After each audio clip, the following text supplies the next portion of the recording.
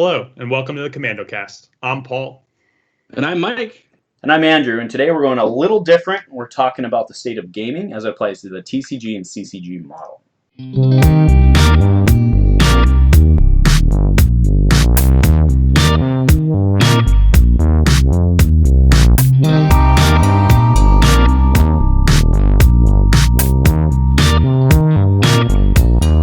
Hey guys, welcome back to episode 90 of the Commando Cast. We are joined by Paul from Arrowbrook Gaming. How's it going, man? It's going great. Thanks so much for having me on. I'm so excited. 90 episodes. You guys are just killing it. That's a ton of episodes, man. Good for y'all. Yeah, well, That's great. I made a whole bunch that solo week. I dropped like 6 of them, so the solo mode week. So. Hey. There you go. So we also have Mike, some guy who's around every now and then. Yeah, I'm sorry. I'm busy owning noobs on Legends of Runeterra. Too busy to talk to you lately. Oh, it's all good. So, hey, Paul, why don't you, for those, I think probably most of the Destiny community watches your cast, but why don't you tell us about yourself, what your background is, and I don't know, anything else you want to plug? Sure, man. So I've been working on a site for a long time called Arrowbrook Gaming. We have a weekly podcast, I should say, where we talked about Star Wars Destiny. I've been playing Star Wars Destiny for like 2 years, I think it feels like. Before that, definitely love TCGs and CCGs. Been playing them since I was a kid. I'm excited to talk about this because there's something that's near and dear to my heart. I played a ton of Yu-Gi-Oh! I played Pokemon cards as a kid. I played the first Star Wars card game. So I love card games and everything that goes along with it. Collecting, opening packs, playing tournaments. I love it all. So, I'm always looking for the next card game. So I'm definitely excited to kind of talk about this topic and what the next card game may even look like. Yeah, awesome. Yeah, so that's a good lead in. But real quick, how are you doing, Mike? We haven't talked to you in a couple weeks. Doing good. Just enjoying being sequestered at my house 24 hours a day and only seeing the same 4 people over and over again. It's fantastic. I see you have the COVID haircut going on. So. Yeah. No, I'm the only one in the world that gets to get their haircut every 2 days. It's me. All right, so we're doing something a little different today than normal. Obviously, on this cast, we normally talk about Star Wars Destiny, but instead I thought this was a good opportunity with everything going on with COVID and shutdown to kind of talk about what we think the future of the TCG and the CCG, the trading card game, collectible card game, they're somewhat used interchangeably. Obviously, the future of Destiny is different and not necessarily one-to-one applicable with what we're talking about, but the gentlemen here, we're doing more of a panel type discussion. The gentlemen here that we've asked have a wide array of gaming background, playing different games and stuff in history. So I thought it would be interesting to pick their brains on what they think, not only the impact of the COVID pandemic is, but what the future of TCGs and CCGs is really at all. So first, I kind of wanted to go through, there's a couple different models out there currently on how people market their games. There's kind of I guess the uber rare model is probably the easiest way to say it. And I think Paul, you're kind of more familiar with that being with a Yu-Gi-Oh background, right? So can you kind of run people through what kind of the uber rare model is? Yeah, sure, and I'll relate it a little bit to Star Wars Destiny. So Star Wars Destiny is not an uber rare model. An uber rare model is where the best cards or the most collectible cards are a certain type of foil or an extreme rarity, like 1 in every 40, 1 in every 50 booster packs, or have some other collectible feature, whether it's textured rarity, alternate art, or some other thing that really lends to the creation of a secondary market. And that secondary market's created by both the cards being rare, being competitive, and then being collectible. These are games like Argent Saga, Magic the Gathering, Yu-Gi-Oh, where you have, an ultra rare card or a secret rare card. Those are Yu-Gi-Oh terms, could be worth, $100, $110, right? In Star Wars Destiny, because of the rarity of the legendaries, although they were somewhat rare, we never saw cards spike even that high, except when the physical cardboard was short printed, right? That was the only thing driving that. The collectible market never drove that. But yeah, the uber rare model is where you can really see that, it brings with the community for the grinding and flipping cards and kind of buying and selling cards and just more money can be invested in selling singles than packs. Yeah, well, and go ahead, Mike. I was going to say that kind of model really requires you to invest your not only your time in getting good at the game, but also investing your money in getting the correct tools. Where a lot of these games you need 3 and even 4 copies of a card, and like Paul was saying, the card could be $100. So just a single, like one, 15th of your deck could cost you $400 in some of these games. So I will say there's like a positive side to that, right? So you're definitely right. Like when I was at a Yu-Gi-Oh tournament, like 3/4 of the day was spent, hey, can I see your trade binder? Hey, can I see your trade binder? And how can I turn 2 $5 cards into a $10 card, turn 2 $10 cards into a $20 card, and so on and so forth. The good side of that is for newer players, you could go to your favorite gaming store, you could buy 2 booster packs and pull $120 worth of cards, which you could reliably sell for that $120, which you could use to get 4 structure decks and a whole booster box.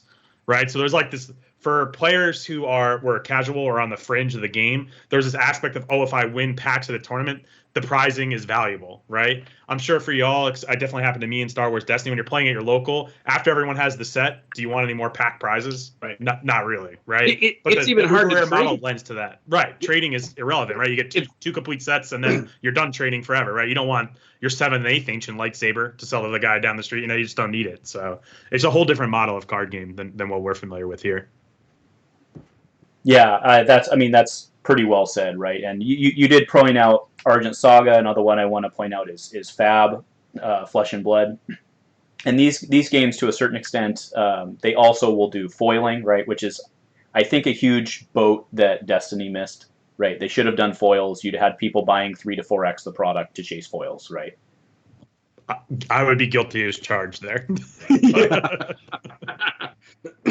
Yeah, because I see sometime on the Flesh and Blood board, I mean, there's people buying, because of their rarity structure, people are buying 2 cases, right, of the new expansion. I mean, very few people in Destiny were buying 2 to 3 boxes, not 2 to 3 cases, right? Yeah, because it was just kind of fun when you were buying those. When I used to use that model and when I played different games, and you're buying those cases to keep the set you need to play, and hopefully selling everything else to either get a really good deal on those cases or break even. Right. So it's kind of like fun, and you sell them on like a TCG player or an eBay or another card trading site, and you're able to like recap some value out of your extra cards, and it kind of incentivizes you to buy more product, which is most certainly what I assume the manufacturers of the game and the gaming stores want to see. Right. You coming in to buy and crack packs in their store, and sell them back a single and keep buying and cracking more packs. Yeah, I've heard selling product is important. Yeah, it can help. I've heard it can help. Yeah, and I think ultimately that's, since we're talking a little bit about Destiny, I think that lack of collectability, and like you mentioned about there not being foils, that had to lead to the death of the game. Because even the most crazy the craziest collector I know, like the person who buys the most product I know, still only buys a single case of Star Wars Destiny per set. And in Argent Saga, I know people that buy 3 and 4 cases of Argent Saga for the same reason Paul said, which is they get their set, they get all the cards they want, and they're left with this huge collection that they turn around and collect. They recoup a good portion of their money and are able then to reinvest it. So that being missing from Destiny absolutely had to do with it's dying, and then for retailers to not want to support it because they end up getting stuck with a bunch of product because there was no incentive to keep buying the game after it came out. Right, and there's just one other incentive I want to talk about before we move off the Uber Rare model, is that the stores themselves were actually incentivized to open the product they bought from the distributor to sell singles, because the singles could be more valuable than the box, especially at the distribution price. Yep. Right, so they were incentivized if they had an agreement in place that allowed them to do that. But they were incentivized to open that and sell a certain amount of their product per single. So if they got stuck with product, they were able to almost buy it from their own store and then open the singles and move the singles that way for tournament play and collectors and things like that. I mean, every Yu-Gi-Oh tournament I ever went to, people were at the glass case before the tournament started trying to complete that play set of cards that they wanted for their new deck and stuff like that, and didn't want to buy packs. So, hey, here's $5 for the single. But that's music to the card store's ears, right? Because that's inventory they can have on hand that fills the shelves and looks beautiful with these foil cards and rarity bumps and all that stuff, and is also marketable. So it's just I feel like it's like the seller's model, if you will. And I think the big 3 in this industry, which we call Pokemon, Magic, and Yu-Gi-Oh, all use this to a certain extent. Yep, 100%. Well put. The other model, and this is, I guess, more of a gaming model than it is. We haven't seen it as much in TCGs, although I was ranting way early on in Argent Saga to Mike about how I thought Argent Saga was this model, but it's the free-to-play model, right? And so what we mean by this is what you see with a lot of online games, even like back to like Farmville and stuff, is it's free for you to get on, it's free for you to do it, but you can either sit and farm stuff and take you a week to get there, or you can pay and get there immediately, right? So that's how they make their money, is through these micro purchases. Or you have other versions of it, which is there's a whole bunch of minions with really cruddy decks or really cruddy teams or cruddy squads or whatever the game may be. And the whales, these guys who come in, they spend all the money, they spend the money that supports the game. They're the ones crushing on the noobs, right? So the free-to-play model, I mean, there's no doubt that it's had a huge amount of success in the gaming industry as a whole. Maybe not so much TCGs, CCGs, but it is definitely a pervasive model in the industry right now. Have you guys played any games that are like, I mean, I know, Mike, your Legends of Runeterra, and it doesn't sound like that's quite that, right? Yeah, that's a good example. I think Legends of Runeterra is probably an evolution of this model from the early, like you said, like Farmville's like a perfect example of that, right? Like where your investment is time, and what the producer is trying to get you to do is run out of patience, so that then you end up spending your little bit of money. Legends of Runeterra kind of has the same sort of model. The big difference with Runeterra is the investment in what you're getting. You're actually purchasing you're purchasing the right to play with the cards that you want. You're not having to buy packs, virtual packs, which is not a model that I've always hated. Not only do I not own the cards if I have like Magic Arena, because you're just buying the use of them, I still have to buy packs in which to open up the cards that I want, and that can be really disheartening when you're spending $30 on packs and you don't get what you want. In a game like Legends of Runeterra, and I assume this will be the future as well, I'm paying $30 to actually craft the cards that I want to craft. Like I just pick the cards I want. It's almost like buying from a singles, like that. Like Paul said, the glass case. Like when I play Legends of Runeterra and I drop $20, I'm going into the glass case and I'm picking 3 champions and 10 epic rares and 20 rares, like that, like of the ones I want, which is kind of a big difference. But what you mentioned about the whale aspect is still 100% true. And this type of game is a lot like a drug. Like the first set of Legends of Runeterra, I dropped $30 in 3 months, which I thought I was totally fine with. Like it was I would have spent way more than that on Argent Saga, right? $30, 2.5 months. I played every deck I wanted to play. I had access to. The new set came out on Tuesday. I have dropped $40 in what is it, Thursday? Yeah. So in 2 days, I have dropped more money than in the second set than I did on the first set, because I had all the cards in the first set, so I had everything I wanted to play with, and now like they wanted me to wait. They want me to wait to play with the cards that I want to play in the second set. No. So I had to drop money. So it was obviously a very good model for them, because I'm already spending more this set than last set. So I'm definitely playing a game online right now. It's called Yu-Gi-Oh! Duel Links. That's exactly like this, right? And there are certain cards that are really only able to get via money, and they are in meta-defining decks, right? So you can either pay your $60 to be able to place in their tournaments, or you cannot and try and do your best, but you'll always be, it's this exact model. You'll always be slightly worse than the whales who pay that money, and they're going to be better than you because they buy the cards.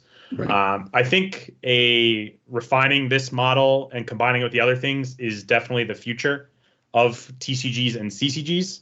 I don't want to get too far ahead of ourselves, but I think there's a lot of future coming out of this. But because there's another thing that they do, right? They not only do they sell you cards, and they sell you cosmetics, right? They sell you custom sleeves or custom images or avatars and things like that and stuff like that. So there's a lot of stuff that they can sell you in this free-to-play model where only the bare basics of the game are free. And it's constantly, like you were saying, the element of temptation is there to just buy more, whether it's patience or aesthetics, or I just played this guy and I got trashed with a super amazing deck, and I go to the, my favorite content creator who has it outlined, how do I get these cards? And it's like, oh, you get these cards by paying the manufacturer $107. Oh, terrific. That's exactly how I get these cards. So much for this really cool cell phone game I was playing before I went to sleep every night. And that's the other issue with the free-to-play model, is the accessibility is through the roof. Yes. Right. And I know for you, Yes. Mike, Runeterra just went mobile, but the accessibility is crazy. Like there was something nice about like Tuesdays was, Star Wars Destiny night, and Saturdays was my day to go to the primes. This is like, oh, I have 12 minutes to kill. I can totally grind 4 games. Let me do it. And like for some card games, right? You can even open up multiple screens and grind multiple screens with multiple accounts. Like it depends on how intense you are. That's right. crazy. It's just wild. It's just wild. Well, it's a whole different model, but I mean, I think it definitely bears merit into this kind of TCG and CCG discussion, because it could very well be the future as we dive further and further into a distanced and technological world. Yeah, and I mean, thanks for saying that. I think you nailed it on the head, and that's fundamentally why I brought it to the table in this discussion. Is I do think I know it doesn't directly apply to any necessarily paper models out there right now, but it's a gaming model that has shown success, so I don't think we can ignore it. And then the last one I want to touch on, everyone's familiar with the LCG or the living card game model. It's actually an FFG term, I guess. But specifically the success of Marvel Champions over the last, I don't know, almost year at this point, has really blown me away, right? I mean, the LCG model, it sells you a complete set for, I don't know, 15 to 20 bucks. The margin on that has to be huge, right? Like, right. I mean, they're just selling you a card pack for whatever. And, we can go into the discussion of whether Destiny would have succeeded as that or not. I think it would have. But the LCG model itself, what you're doing is you are really expanding. You're going away from the targeted competitive gamer and you're going towards the kitchen table gamer, right? You're going towards the average gamer who just wants to go spend 15, 20 bucks for a board game and go play. But it's not just a board game. It's a board game that you then have to buy the next expansion in 3 months. And it's really not a bad model. So that's why I bring this one to the table as well. As I'm wondering, if Paul, if you were going to start a card game tomorrow, would you consider the LCG model versus and by start, I mean, you were going to be the owner, you were going to go to production. Would you prefer an LCG model or would you go with the uber rare model? So if I was looking at, the LCG model offers, so I'm gonna hedge my bet and pick a little bit of both, but the LCG model is very appealing, right? So you talked about how it's easy to manufacture. Quality control is so much easier when you are producing, a million copies of the exact same thing. Yep. Right? There's literally no difference. You don't have to worry about 2 dice going in a pack, the incorrect rarities, balancing that, randomizing your cards so that your box distributions aren't predictable, right? You have all these factors are just gone. You literally can have any kind of quality control company look at your thing and say, are there 6 of these cards, 4 of these cards, 2 of this one of this one, are they all the same size? Did we shrink wrap them correctly? Ship it and let's go. You also have to make 1 box with 1 box art per release, right? It's all very simple in terms of, I shouldn't say simple, but I think it's way easier in terms of design, and it's way easier in terms of the ability to manufacture, right? And I think you hit it on the head. The profit is through the roof because you're able to predict so well. It's like fixed income, it's fixed cost. You know exactly what making a 30-card deck costs. It's the same as last month's making the 30-card deck with small changes. You can get into a distribution agreement and manufacturing agreement because you can successfully, and this is what I think is the biggest problem with Destiny, you can successfully predict 12 months of products with an LCG model. Like, I want to release a new set each month. I want to ship it each month. This is what I want to do. And you can kind of roll out. And I do think it's predictable too, because I think most people who buy the starter set will buy the expansions because as the consumer, you know exactly what you're on the hook on. If Marvel Champions tells me we're doing 10 expansions a year at $15, I'm on the hook for an $80 core set or whatever it is and $150 in expansions. And that's it. And I will own everything I could possibly need to play this game and more. You can't tell me that for the uber rare model especially, or any of the other models, right? But you can tell me exactly how much I need to spend here. So it is very appealing. The one thing I'll tell you that draws me back is I have just, and you guys will hear it, as if you've heard me talk on my cast, you'll hear it on this one. I lend towards competitive when I play these games, and I've just never seen a competitive LCG really succeed because I feel like they get solved quicker, if that makes any sense, because everybody gets all the cards right away. Right? I think when you have these uber rare models and stuff like that, there's kind of like a grind up to when the normal market gets all the cards. Here, I just give them to you, and the solving the meta begins today. That's a fair argument. I will say this too, Paul. You mentioned that the LCG model is easier to predict. And from a business standpoint, that is very appealing to me as a quasi business owner, right? I want to be able to, if I could exactly predict my income and my expenses, or as close as I can forecast that, that's really cool. And I love that. but you don't get the huge spikes like you do with the uber rare model, right? Where you have a set comes out, you have this massive influx of people like trying to collect. But there has been a couple examples of a game that was an LCG that also had chase product, where you could get either cosmetic changes or different types of rarity cards. You still purchase them the LCG way, but I always think of Netrunner, that also is from FFG, who screwed that game up too. But Netrunner was one of those games where it was a set release schedule, and then they did a really good job of releasing. So after the World Championship, every year they would release the World Championship deck that was an exact replica of the deck that won the title, like card for card. But every single card in the deck had full art or alternate art. So players who already owned all of these cards would then go in and drop another $20 on this one deck. So I think there's actually a way to kind of get both. Like, if I were selling you on this model, Paul, it would be, let's do an LCG, but let's also make it like let's embrace some of this free to play cosmetic stuff and put it into this LCG model.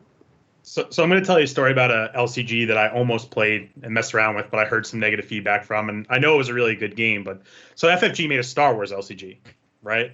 Mm-hmm. And the problems LCGs can run into is, and Marvel Champions hasn't hit it yet, so kudos to them. But what happens in your expansion pack when only one of those cards is good in the meta, right? It can become very difficult because you'll have players skip expansions. Right. And I think that happened. It became very frustrating for the player base, too, that like once every month they had to pay like $45 to get a play set of like one card. Right. Where in the uber rare model, they'd have the choice to just get it in singles and then get that collectability on the back end. So it's just like all those other cards you were forced to get became, closet fodder, and you stored them in a shoebox under your bed or whatever. Right. And like that's another failing of Star Wars Destiny 2. Like so many cards that are never playable. Right. But to kind of. I'm not. To be clear, I'm not actually countering you here, right? But we've seen over and over again, and not just with Destiny, not just with Star Wars LCG, but with even their miniatures games with X-Wings and stuff, right? The A-Wing. The only reason people bought the damn A-Wing was for Push the Limit, right? FFG designs that into their products. They will give you the one treat in the pile of crud. Like that's their business model, right? So I don't know that you can necessarily crud on the LCG model itself just because FFG takes advantage of it. Touche. That's a really good point. And Marvel Champions has multiple playable cards per release because they're so thematic with the champions, right? So that's an excellent way to do it. And I will say I think FFG does that too, because I think FFG, unlike any other TCG or CCG manufacturer, really toes the line of like, this is a competitive game-ish, but like, boy, is it so close to a board game you play with your friends on every Saturday night. Right, like they toe that line between kitchen table and competitive gaming. Like they blur that line more than any game I've ever played. That's for sure. Well, cooperative gaming is becoming quite the thing, and yes, more power to it. Right. Sure. And it gets it gets more people involved in a great gaming situation. So I think that's great from that perspective. It's just, again, for the competitive gamer, like something like Marvel Champions to me just doesn't hold the appeal, because what do I love most about CCGs? Going to tournaments, hanging out with my friends, and playing the game in that kind of scene. And I mean, as much kicking and screaming as I do with my teammates when it's time for a tournament, all that preparation and stuff and trying to like cook up the best cool secret deck is a lot of fun. Right, so like that part's missing in kind of that cooperative gaming model, and ties into the future of CCGs definitely. That's why I don't play those games. I love people. Like, I think I'm a people person, but I love competition, and I love interacting with people while we compete. Like I don't want to cooperate with you. I don't want to. Mostly because I don't want to be held responsible for your moves. Like, I mean, that's like seriously, like I want to compete and either win or lose and have a good time, but I can't take the cooperative games. And I'm not saying that all LCGs have to be cooperative, but it sure feels that way now. It does. But I don't like them. Well, it's a great model for Champions because it is. They're selling you a board game that you have to keep buying on, right? And it's literally brilliant from the manufacturer's standpoint, right? Like, I don't think you could say it any better. It's so smart. A board game that has a new board game every 2 months. Right. No, it's fantastic, and it's not like some board game that you need to go have a whole room to store all the expansions in. You throw it into an 800 count box and call it a day. Like it's a good model. Right. No, it's an excellent model, and I think that it'll be the future model of at least the company that makes Marvel Champions FFG for a while. And to me, it's like they combine some lessons they learned from miniatures with card games, right? Because that's like a big miniatures thing, right? Like people buy every miniature expansion that comes out, and they kind of figured a way to make that together with card games in this cooperative format. Yeah. So Paul, I think you hit a lot of kind of what I was feeling on the head. I do think that if I was, well, I'll take a step back. Let's go ahead and put this into the context of Star Wars Destiny and Fantasy Flight, right? If I were to reboot, if I were the CEO of Fantasy Flight, knowing kind of their business model in that, I'm not basing this just on Destiny. I'm basing it on how they treat their models as well, right? Like there are product shortages for basically every model game they have right now, right? Because they basically treat each release as an independent product, right? Yes, it's in a game line, but they say, okay, because FFG, I'm not doing a very good job saying this, but right, FFG would rather leave money on the table than take a hit, right? They would rather only ship 1,000 units than have 300 units sitting in a warehouse. So the way I like to describe it is I don't think they want to gamble on the success of their own game. Yeah, I mean, yes, right? We're saying the same. Where other manufacturers will gamble on it and warehouse a ton of advanced releases, assuming that they have a hit.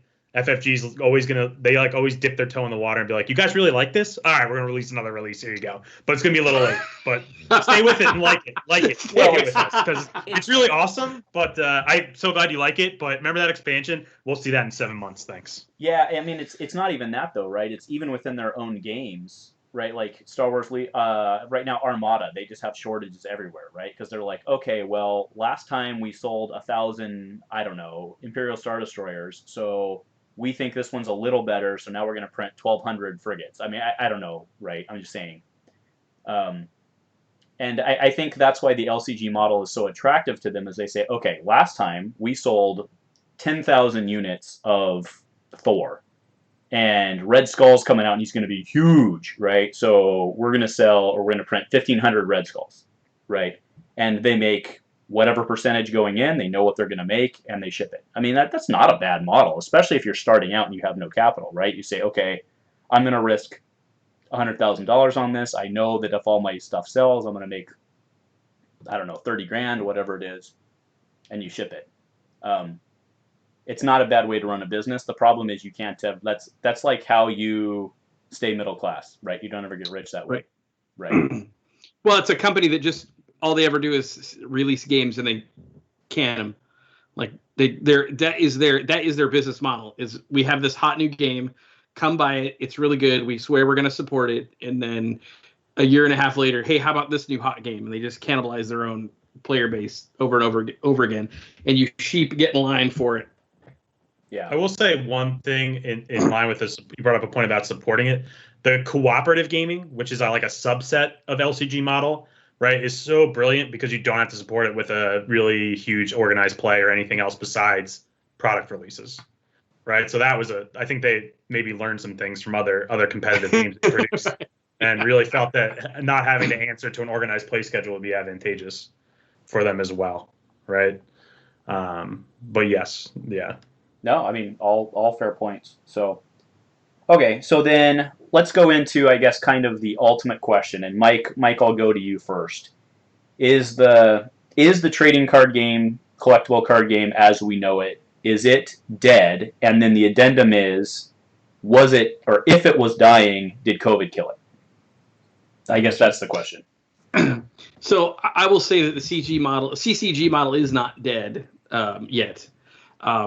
I think it is contracting, and I will say that this COVID issue probably expedited its expiration by several years. Like, because 10 years from, if COVID hadn't come around, maybe in 10 years from now there would be a small set of people playing paper CCGs, right, in our traditional model. COVID may have knocked like 3 years off of that all by itself. Because we've always talked about the CCG model is based upon habit. Like, if you were not in the habit of buying the cards when they come out every three months, and you even skip a single set, not only did you fall out of the habit of spending that money, but now you are a full set behind competitively, and you have to then go in and spend twice as much on something that you just broke that habit on. So I will say that it is contracting and dying, and COVID probably sped that up to the point where in 7 years, I don't think Magic and Yu-Gi-Oh! And Pokemon will still be here, but they won't be pulling half as many players. Yeah, well, I mean, even Magic is putting a lot of stuff in Arena to try to keep their LGSs open right now. So, all right, Paul, what's your take? So I think it was already marching towards it was trending in a bad place. I don't want to say it was dying before COVID-19, but I think it was marching in a pretty negative, trending in a bad direction. And certainly I don't say that lightly. I'm a huge fan of CCGs and TCGs, and like I said to you before we even started recording, I love waiting for whatever CCG or TCG is next. But I like playing them in person. I'm not a huge online gamer, and I love playing them in person. But I think it was dying, and I think COVID-19, if it's not the last nail in the coffin, it definitely drags it towards its deathbed, right? And like you said, the big three will be there. I think this is gonna be rough sledding for the big three, right? Like I think you're gonna lose a large amount of your player base from the big three, because not only you have to be in the habit of buying, you have to be in the habit of playing, right? And as hobbyists, and that's what we are, right? We're hobbyists, right? Card games just happen to fall into our hobby. You have to have time for your hobbies, right? And what happens when something like COVID-19 occurs and we're forced into a different lifestyle than we were previously in, you have new hobbies, right? And then you might still enjoy those hobbies when COVID-19 ends. And that conflicts with the time you used to devote to a card game, which then puts a quandary of like, what do I spend my money on? What do I spend my time on? So certainly a lot of people are chomping the bit to go back, but a lot of people may never come back, right? And may go to the online card games, or a different model of the card game. But I think as we evolve into socialization happening online and different things like that, I think the desire to, on Friday night, beg your mom to take you to the card shop so you can open 10 packs and sit there for 6 hours playing Magic with your friends, it's just not the same. And I really think a big focus for me is, with the exception of Pokemon, I think it's really hard to get kids involved in TCGs or CCGs these days. And when I was a kid, and all I wanted to do was play card games, right? And all I wanted to do was game with my friends. I had a great time doing it. I was watching the cartoons and wanted to get the cards and saw the commercials, and stores like Toys R Us. Another thing that's, again, bringing Star Wars Destiny into it, like big box retailers hardly carry any TCGs anymore. You're down to like 1/4 of an aisle by the checkout, maybe, right? When I was a kid, Toys R Us had rows of TCGs and gaming stuff. So it's just a whole different world. And I think CCG has been slowly declining for a long time. And I don't look at the sales figures too much. I'm sure they're still high, but I know tournament play and even the big three has decreased, especially as we continue on. So it's just a shame to see. But I do think that COVID-19 was a rough blow, but I think it just exemplifies problems that were already there in the kind of TCG, CCG gaming model, if you will. Yeah, I think that's a solid analysis. One quick clarification question: when you say kids, do you mean, because that's a wide range? Are you talking young adults, like middle schoolers, or are you talking elementary school kids, or? Yeah, so I'm basically talking like elementary school through freshman in high school, essentially. Okay. Right, like essentially, I rely on my parents for money and to drive me places. Right. Okay. So you're saying kids, and because, for example, I was on a FaceTime with my little cousin a couple days ago, and he's just gotten into Pokemon cards, right? And that's awesome, because Pokemon still does it, because it's a very kid-friendly model, right? And they have a juniors division, but beyond that, I think such a big part of TCGs and CCGs for me, and the popularity I saw when I was coming up through them as a young adult, was there were a lot of kids playing them, and there were a lot of kids spending mommy and daddy's real adult money on the card games to spend them, which I think influxed a lot of sales, right? You know, demanding that mom and dad buy me that stuff. Now I think they probably want an iPad. So, I think it's just a different entertainment source for sure. But yeah, and I mean, good. I feel like your little cousin is the exception and not the rule for young players getting involved in card games. Yeah, well, but I mean, I guess where I was ultimately going with this is, I think because let's be honest, this COVID thing is, let's say we all get back to normal, whatever the heck that means, by the summer. We're not going to actually get back to normal for, what, a year and a half? So let's say that this is a 2-year impact. We're going to lose an entire generation of the kid who wants to go on Friday to the store. Right. I mean, and it's not just, let's say the day you hit 13 is the day you become a gamer. we're not just losing 2 years worth of kids who hit 13. You're losing 2 years of plus or minus 3 years. I mean, we're losing an entire generation of kids. And the mass balance of that when the other kids go to college and don't play for 4 years, that's going to be a very real impact from a person standpoint, right? And something else to point out about that same impact is when Paul was a little kid spending his mom's money on Yu-Gi-Oh cards, right? Mm-hmm. He then grew up, went to school, got a good job, and has no kids and a ton of disposable income, right? That now he continues to spend on that. So not only are you losing those kids, those 2 to 5 years, you're losing another 25 years afterwards of that disposable income as well. And I think that's probably the biggest problem is if you look at gaming stores in general, the people sitting at the tables, they just seem to get older and older and older. That's right? What I'm saying. It becomes and Star Wars Destiny in specific was a huge culture shock for me there. I'd never seen and there was cool parts of it too, like drinking beers with the boys and stuff like that. But there was definitely the oldest player base I think I've ever seen for a TCG.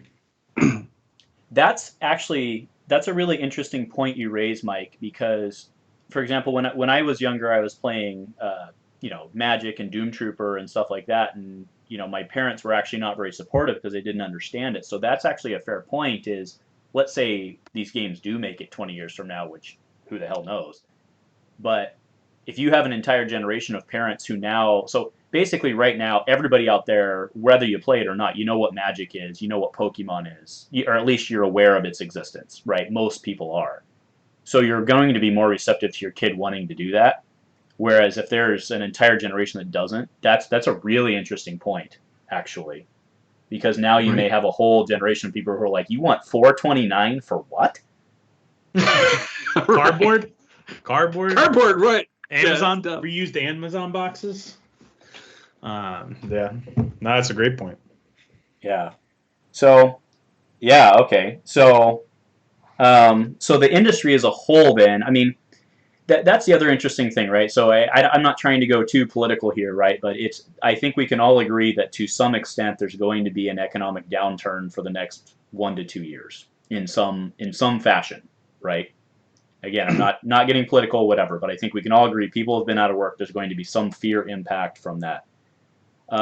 We have seen in the past that board gaming does better during a recession, or not better, but comparatively, board gaming does okay during a recession, right? Game stores do okay. However, in the last recession that we had, online gaming was really just in its infancy, just in its ramp, right? So now in this next downturn, now that there are so many options there for free-to-play gaming online, all this other stuff, does board gaming have a chance in, let's model this. Let's say 2008 repeats, okay? Does board gaming have the chance this time around? Paul, what do you think? So you want to ask me board gaming in general, or are we still sticking to the CCGs? Well, let's just say, let's start with gaming as an industry. How about gaming as an industry? And by gaming, I mean non-electronic based gaming. All right, so tabletop gaming, card games, board games, the whole thing. So I think it has a chance, but I don't think that these games that are based on collecting and expanding, whether it's the LCG, free-to-play, or uber rare model, have much of a chance at all. Right? I think it's going to be very, very challenging for them unless their player base is so established it can slowly bleed down. Right? I think it's going to be very, very, very difficult for these games moving forward. My only exception is I do think board games are making a return with generations as like a niche, like a cool thing to do. Right? Like it's kind of cool to like drink some beers and play board games with your friends and like turn off the phones, right? So there's like some appeal to like disconnecting and going the opposite way for board games. But that's the only thing I could see that has a chance. And again, expensive board games click with those of us who have kids later and later in life and the disposable income. Right. Right. So it's not as big a deal to get that for the group, but I do think these regular expanded games are going to be in a tough spot. Okay, that's fair. Mike, what are you thinking? Yeah, no, I agree. I actually have an example game I'd like to use for what I think is probably going to be the future if it's survivable at all. So I think as far as tabletop gaming goes, I think Paul's probably right. Like board gaming is kind of hip again, right? Like disconnecting is hip. Like it's people want to do that. So I think there's probably some sort of weird model where you can sell an adult, like a person with money. You can sell them a game that is, here's this game that you can play with your friends out of the box. If you don't drop another dollar, it's just as fun and playable. Here you go, right? And then, oh, and by the way, last time you were in here, here is 6 expansions for new characters for said board game. And I think that's a really interesting model. And I'm thinking of Skytear, which is one I did an unboxing for, which is an excellent example of a game that is 100% playable and fully fun out of the box. But it also so it appeals to me as a board gamer, and it also appeals to me as a collector, as a collectible game player. So I think that tabletop gaming is gonna continue on. I think the collectible portion is what's ultimately going to suffer, because I think the part of the collectible, what makes a game collectible is the in-person competition portion. And when that part isn't there, people aren't going to spend a bunch of money to buy a bunch of cards anymore. So I think it has to be like a company has to go, we're going to sell this many units of this board game, and then if it's successful, we're going to produce these 3 expansions. And then if it really, the FFG model, I hate to give them props, but they're really good about that. I don't know about making the game playable out of the box, but they're really good about producing a core game, and then if it's successful, adding on to it. Yeah, I mean that's all fair. All right, not fair. They're all good points. I know that's something I'm really curious on, because as Paul mentioned, right, the resurgence in board games lately has almost been part of the experience based, right? You have a lot of people shifting, and by people I mean generally the younger generation, shifting the resources from buying things to taking trips, having the experience, something like that. And I think that's where board games fit in. The problem is, I'm wondering if COVID doesn't change that too, because you can't have that in-person experience, right? Because what you're still taking the selfie of you playing the game with your buddies, right? So if you can't do that, or you know what I mean, I guess that's where I'm. I don't think the isolation thing is going to last real long anyway. I think the economic problem will be the real issue with people having disposable income on gaming. That's the real problem. It's not because in a month from now, you and I are probably going to get together and play a game, right, in person. There may not be 10 of us, but there's going to be a couple of us getting together, right? But if in 6 months you and I don't have jobs, we're going to have a real hard time buying new games. True. Can't argue with that. Yeah, I mean, that's definitely true. And you have to prioritize your spending. And then the only risk with like we keep talking about board games becoming hip, is this desire to revisit old games that are like no longer in print, and kind of like the secondary market, like that can refocus if it becomes a budget centered. You know, like you said, we lose our jobs and we might just want to play old games as opposed to new games, which again, I think one of the biggest questions that come out of this more specifically too is, are there going to be any new board games or new CCGs that can land during this post COVID-19 landscape? And I think it's gonna be a while in that kind of maybe economic downturn, but where like a new game could launch. I think it's gonna be a really rough time to launch a new game. That's a really good point. Yeah. Go ahead, Mike. No, yeah, go ahead. No, you were on it. I mean, it's I mean, there's been rumblings out there that, and based on some other facts, especially that CEO interview with Covenant, there's been hints that there's another Star Wars card game in the works, right? And the time to have dropped that would have been Gen Con, which is late July, August, somewhere in that time frame. I mean, I don't see them dropping that this year. But I mean, I guess if you've already got stuff in the works, what do you do? But I don't know. I mean, yeah, that's a really good point. What do you think, Mike?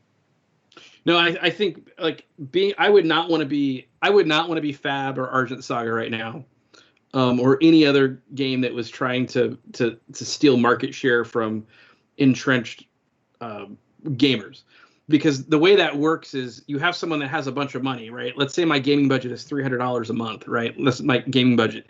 A game like Argent $300 a month? Man. Well, if I'm competitive, right, that's probably pretty low. But if that's the case, if a new game comes in and one of my buddies is like, "Hey, dude, do you want to try, Dragon Ball Super?" I have to spend some of my gaming budget to get a starter and some packs, right?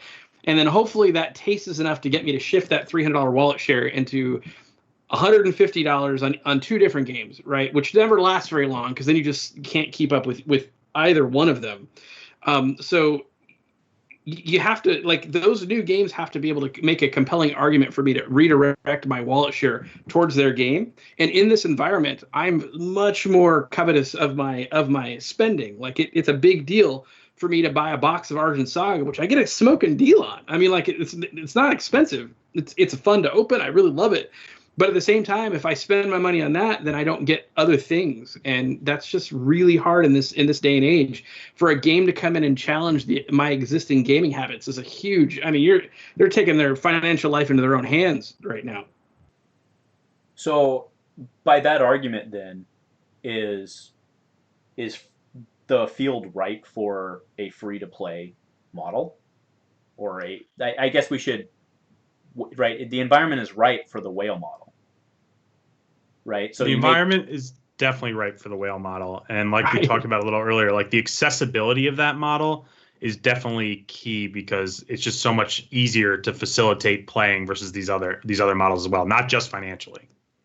Yeah, so I mean, you throw cheap starter deck. I mean, I realize that's something that everybody said since then on time. Well, give us cheap starter decks, and then we'll play. Right? Well, true, I get it. But you know who does a really good job of that is actually Magic. You can go to a free-to-play Magic weekend. You can get their, I don't know, like 30-card intro decks or whatever. And if you go to two different stores, you can put two of them together and have a real deck, right? Like, I mean, but how many of those people go back and buy? I don't know what the conversion rate is. My guess is it's not high. So Magic is absolutely the master at continuing to appeal to new players. Like they are putting out starters and core sets every couple of years. Well, core sets every couple of years, but starters like constantly. Like they're appealing. That's. I'm not trying to make this a dump on FFG. Yeah, whatever. FFG sucked because you can't resist, man. You can't resist. I can't do it. Like they were not interested at all in bringing in new players. Like, and maybe they were, and they just were really bad at it. I can grant them that, but like the fact that we never had more starters, there should have been more starters, more easy ways to get in. I remember a game store owner talking to me. We were in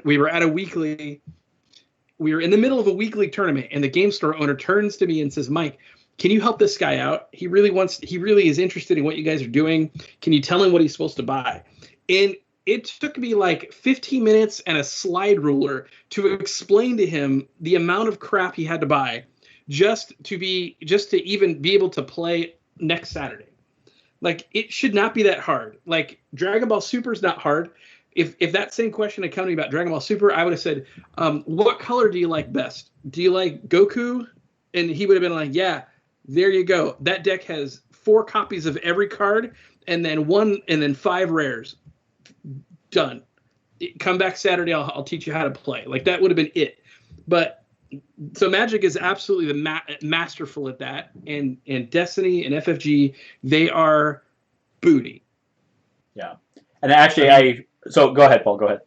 I was just gonna say, I just want to give credit. I think all of the big three is really good at the structure decks lending into the jumping off point for the game. I know Yu-Gi-Oh! And Pokemon have also had structure. Pokemon has self-sufficient structure decks, and Yu-Gi-Oh's had competitive structure decks where you can almost get by with $10 of staples and 3 structure decks and get into the top cut of the tournament. So I mean, they've all done that right, whereas Star Wars Destiny never gave us anything like that. Okay, so what both of you all are saying is leading me back to, I think, what I was predisposed to this coming in. But I look at Magic. They have these challenger decks. It's a product that they have where it's basically crack this and you can show up on Friday Night Magic and play Standard, right? And Paul, you were just talking about that for other decks as well, right? Or other games as well.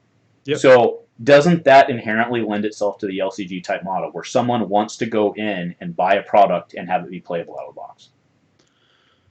All right. So the only reason I think there's a case to be made for the uber rare model over the LCG model or over any of the models is the LCG model, what you're only ever going to buy however many packs you need to get a playset, right? Like that might be the way to be consistent, but I feel like that's like the low margin, but the consistency low margin that you can maintain throughout, or whatever your margin is. We don't have to say low, but whatever it is, it's going to stay consistent. You never have the opportunity to make a set where you can sell out of it four production runs through, right? Because you're always going to just be limited to your player base times 3. That's the max you're ever going to sell, right? However many players you can get times 3, because no one wants 6 copies, 9 copies, 12 copies. Whereas with those other models, maybe you can sell, maybe with the blind pulls, you can sell more product. My idea for the uber rare in combination of the free-to-play and whale model is you have to link them, right? Meaning instead of asking you to be a whale in the game, you want the best card. It's in a booster pack in Target with a code on it that you can also use online, right? And that's how I think you get people to buy the cards and play the online game with the accessibility, right? For example, if you were playing Legends of Runeterra and to get the new cards, you had to go drop $90 at Walmart, you'd be doing it to grind for those codes to get it, right? And then you would have the physical cards, which they want to sell, right? Which would just serve as marketing and commercial for their whale model of their free-to-play. Or you can grind out, or maybe if you grind for 12 hours, you get a $4 voucher to your local game store to get a booster pack. Oh, I like that. I like that. That would be so hot to have physical Runeterra cards. Oh my god, that would be so lit.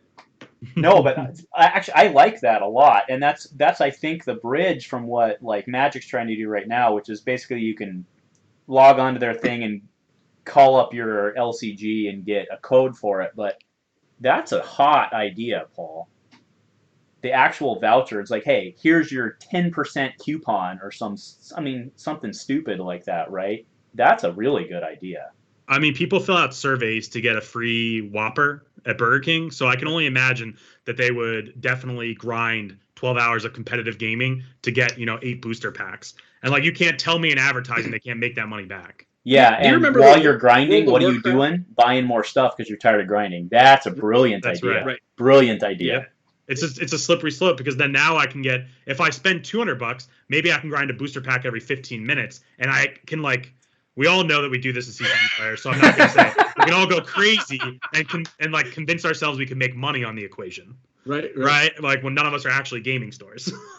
But we can convince ourselves that if I invest 200, I can get 400 back. It becomes like a legal pyramid scheme. In so many words. But I do think it incentivizes players too in economic times when you don't have as much disposable income. If you really want to play that game, there is a path for you to do it for free or very little money, which I think will be very appealing to some people, right? And will keep the game alive because without the free-to-play players, what are the whales going to beat up on? They certainly don't want to play each other. Right. No, that's the survival of the free-to-play. Free-to-play right. needs the minions to get beat up on so that the whales can feel like they have to keep buying, right? That's right. Exactly. I mean, up until a certain point where it becomes self-sustainable because you've put such an investment in that you need to keep feeding yourself, right? But because it's your habit, right? Another thing I wanted to talk about with the LCG model is having played Netrunner, a little bit of the Star Wars LCG. The problem with the LCG model too is it's really hard for new players to come in because the sets are produced and then they have if I want to get when I got competitively into Netrunner, I was only about a year behind, so I had to purchase not only 3 starters because FFG. But I had to buy an entire year's worth of data packs, plus I had to buy 3 other big box expansions, to just to kind of catch up. So if I hadn't been sick like I am, it'd have been really hard to get me to buy into that. Whereas I feel like these games that kind of I usually talk about how bad power creep is, but there's something to be said about when a Yu-Gi-Oh deck comes out. The cards are the basic cards are probably inherently more powerful than the basic cards from 5 years ago. The chase cards are probably not as strong, but I can still play with those without having to go back 10 years worth of cards if I want to play weeklies. So we're an LCG model. I got to have all those cards. What extreme power creep does, which is certainly popular in the uber rare model, is its rotation without having to call it rotation. That's what power creep does, right? Yeah, you can play these cards if you don't mind losing. Right. It's you used to have a card that says destroy 2 monsters. I just made one that says destroy 12. So you can definitely play 6 copies or destroy 2. It's just not as efficient. So that's good game. Power creep is tough because obviously cards get better, but it's also good game design because you learn that the first card wasn't so broken. So you push the envelope a little bit to see if it gets broken. And if it gets broken, you ban the card and then you make a somewhere in the middle. Yeah. Well, it's economic too, right? Because in the whale model in the Uber model, because that's what you guys are saying is like, well, in the Uber model, people go out and they buy the snot out of it because that's what's good. But if you release an expansion where the cards aren't good, right? Like let's say you release a Across the Galaxy, things are looking real good, right? You release a Covert Missions, maybe not looking as good from an Uber model, right? Right. And you always run that risk, right? Right, and so that that's where power creep comes from. Is you have to keep pushing the model because you want people to go buy stuff.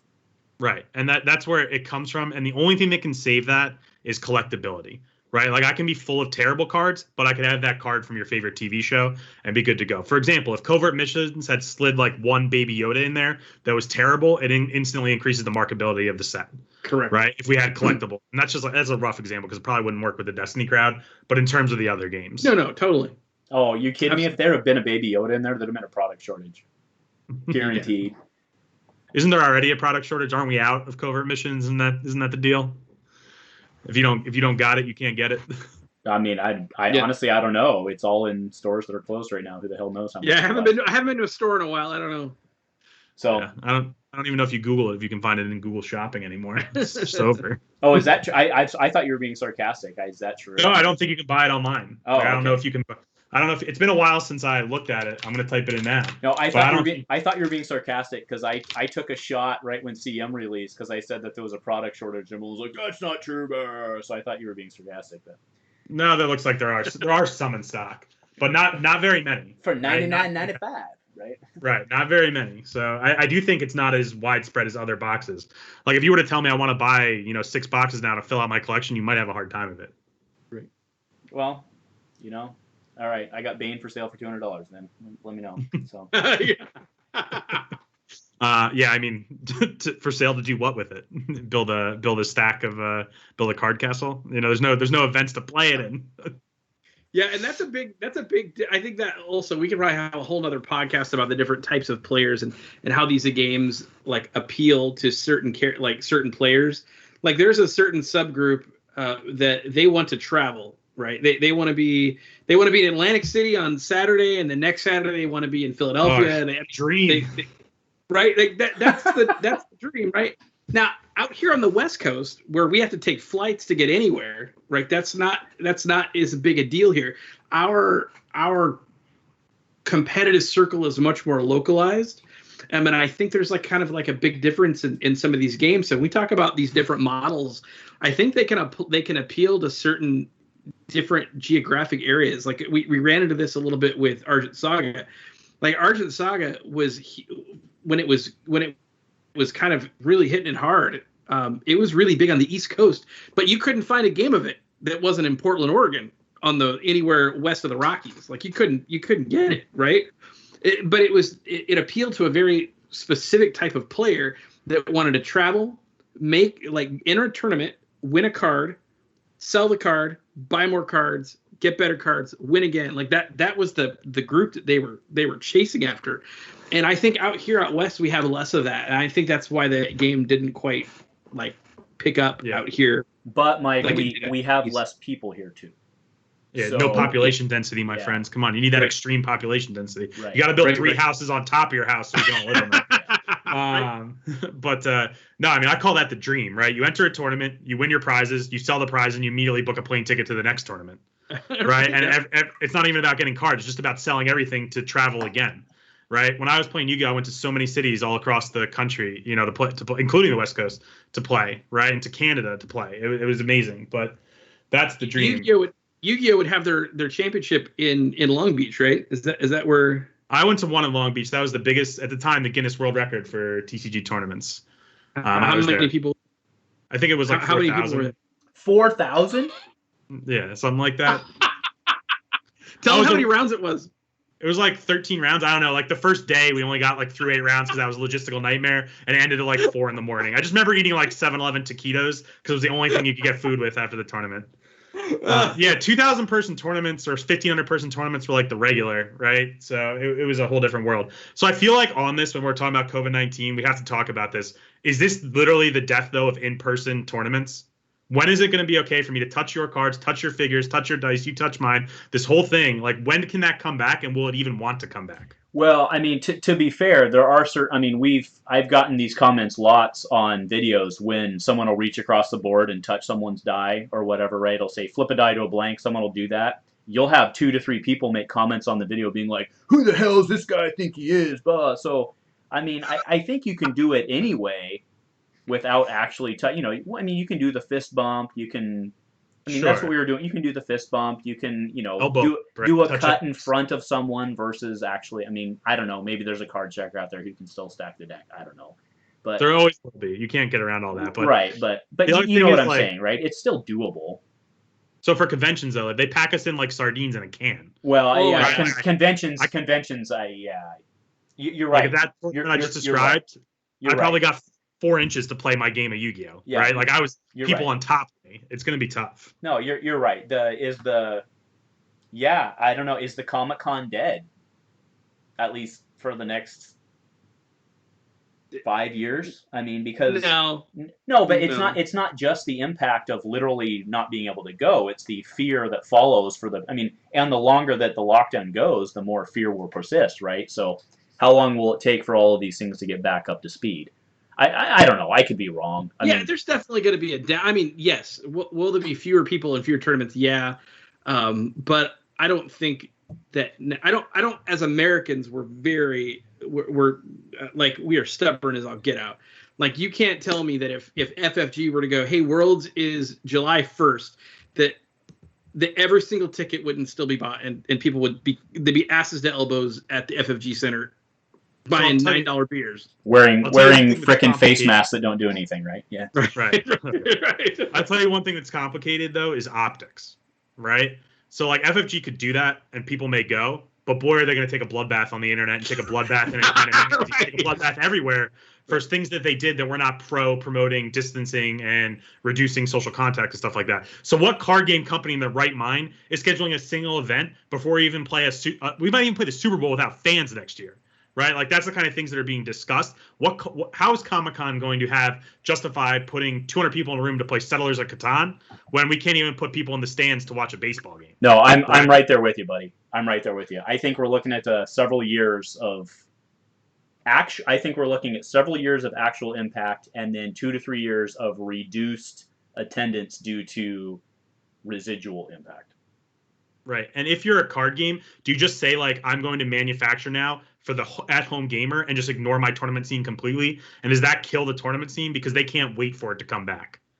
Yeah, right? Well, I mean, that speaks to the LCG, right? So now if you're manufacturing a game, you go LCG, or you go Paul's model, which is the new model that's been proposed, which is the hybrid online IRL exchange program. I don't know, whatever you want to call it, right? But right, and Pokemon has that now, right?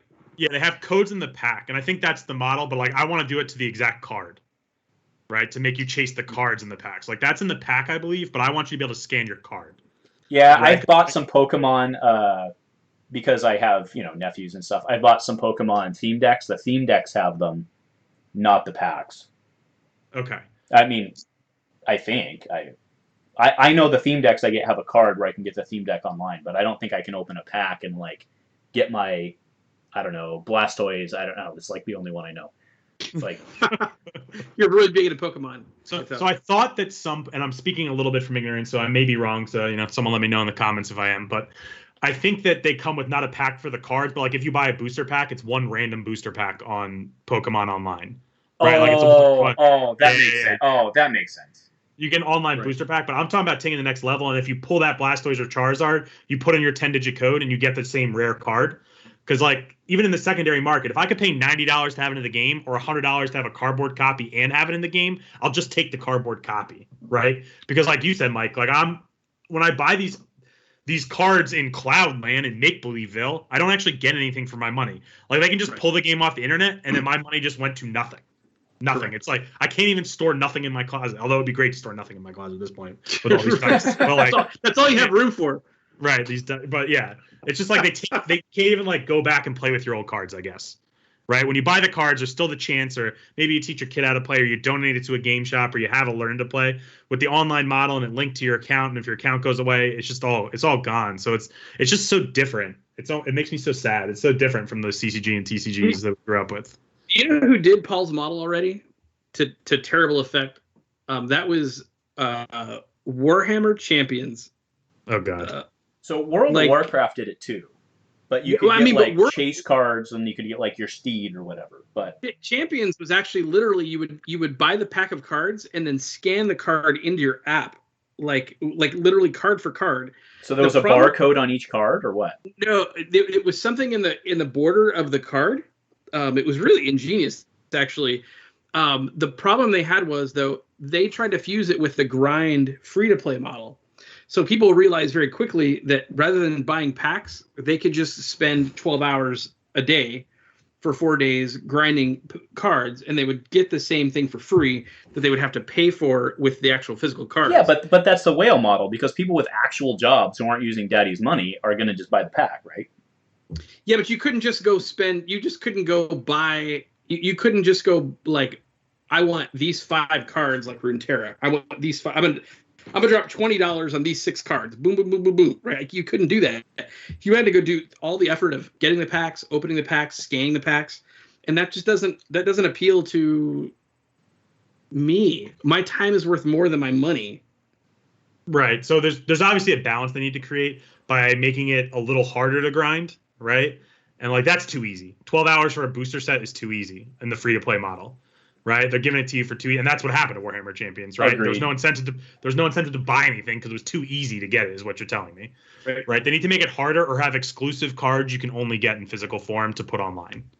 Right, there is a way, and I think we've discussed it a couple times here. There's a way to seduce the buyer into buying. It's truly a habit, like we're calling it. So you just need to up the ante and make it a little harder to feed the addiction. Right, that was too easy. 12 hours. That's not the real free-to-play grind. Like 36, but it was pretty low. Like, there was people who were... Well, then they screwed it up, right? Yeah, they screwed it up.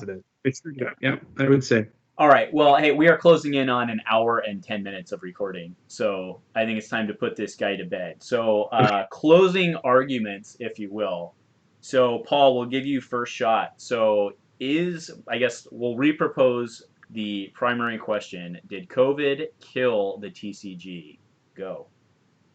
So I'm going to say, like I said it before, I don't think COVID was the only thing that killed the TCG. I just think it brought it really close to death's door. But I think there were a lot of trends pointing in the direction that the model was struggling as a model, and COVID-19 may be the thing we look back as when it really started to go downhill.